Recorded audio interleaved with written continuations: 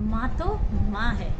माँ के बारे में क्या कहना, वो चाहे माँ अमीर हो चाहे माँ हो गरीब, सभी के अंदर माँ का अर्थात वात्सल्य का सोता रहता है और वो उठता है, उमंगी बढ़ता है, हिलोल करता है।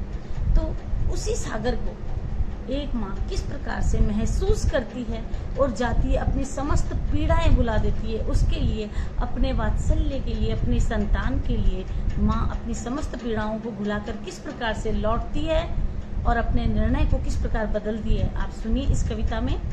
निकल पड़ी थी बिना कुछ कहे, कविता का नाम है 25वां साल। निकल पड़ी थी बिना कुछ कहे, गाल सहलाती रोती सिसकती। निकल पड़ी थी बिना कुछ कहे, गाल सहलाती रोती सिसकती, रात के अंधेरे में बुदबुदाती। बहुत हुआ अब नहीं सहा जाता, बहुत हुआ अब नहीं सहा जाता। बिना किसी मांग के चुपचाप करती रही घर भर की सेवा। बर्तनों के ढेर मांजते बिता दी उम्र, झाड़ू निकालते निकालते। कचरे के डिब्बे में फेंक दी अपनी हर इच्छा।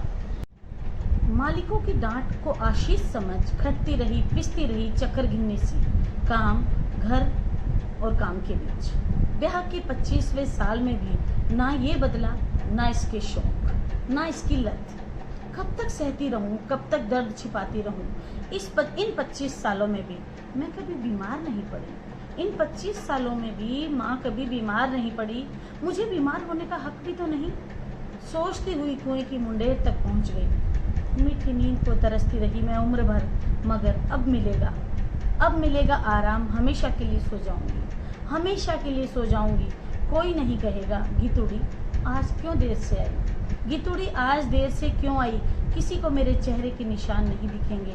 हाँ, अब मुझे मिलेगा आराम हमेशा के लिए। बेटा होने पर 5 दिन का आराम मिला था, बेटा होने पर 5 दिन का आराम मिला था। बेटी होने पर तो वो भी नहीं मिला।